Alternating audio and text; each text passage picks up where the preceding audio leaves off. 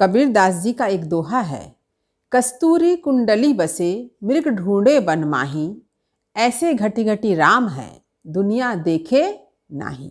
इस दोहे में कबीरदास जी ने यह बतलाया है कि ईश्वर सर्वव्याप्त है।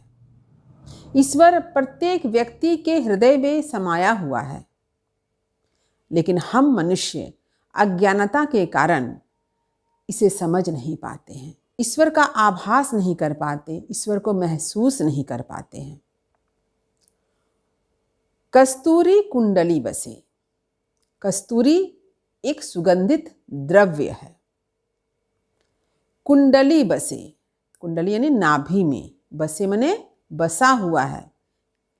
मृग ढूंढे बन माही, मृग यानी हिरण, यानी हिरण के नाभि में ही कस्तूरी पाया जाता है। हम लोगों ने कस्तूरी मृग का नाम सुना ही है, तो कस्तूरी मृग का नाम इसी कारण पड़ा है कि उस मृग के नाभि में कस्तूरी पाई जाती है। तो कस्तूरी मृग जो होता है वह क्या करता है, जंगल जंगल कस्तूरी को ढूंढता फिरता है, क्योंकि उसे वो सुगंध तो मिल रही होती है, लेकिन वह समझ नहीं पाता है कि वह सुगंध उसके नाभि से ही आ रही है। तो वह क्या करता है, जंगल जंगल जो है इस सुगंध को पाकर जानना चाहता है, ढूंढना चाहता है कि आखिर यह सुगंध कहाँ से आ रही है।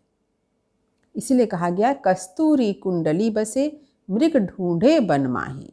बन माही जंगल में, मृग जो है जंगल में भटकता फिरता है, किसे ढूंढने के लिए, कस्तूरी को ढूंढने के लिए। लेकिन कस्तूरी तो उसके नाभि में ही है, लेकिन वह जानता नहीं है। ऐसे घटी घटी राम है दुनिया देखे नाही। ठीक इसी तरह से राम यानी ईश्वर, ईश्वर जो हैं घट घट में व्याप्त हैं।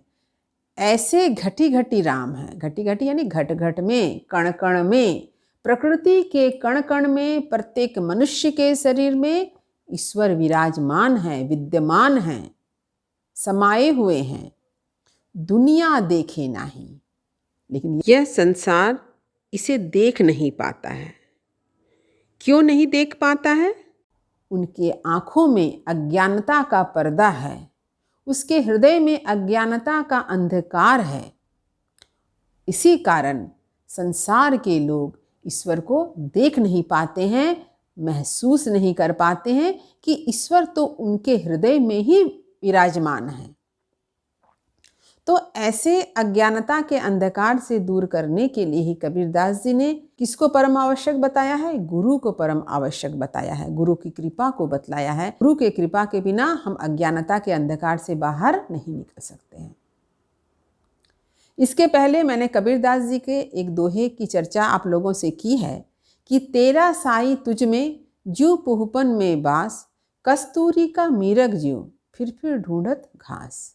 इस दोहे का भी यही अर्थ है कि जैसे पुष्प में सुगंध व्याप्त होती है, यह दिखाई नहीं देता, ठीक उसी तरह से हमारे हृदय में भी ईश्वर व्याप्त है। कस्तूरी मृग के नाभि में कस्तूरी है, लेकिन कस्तूरी मृग इसे घास घास में ढूंढता फिरता है। वैसे ही हम मनुष्य भी ईश्वर को मंदिर और मस्जिद में ढूंढते फिरते हैं। तो हमें इस सत्य को स्वीकार करना चाहिए कि प्रकृति के कण कण में ही ईश्वर व्याप्त है और हम अज्ञानता के कारण ही इसे महसूस नहीं कर पाते हैं, इसे समझ नहीं पाते हैं।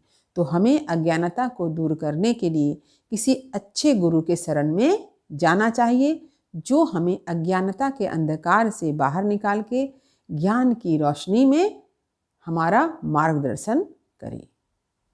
धन्यवाद।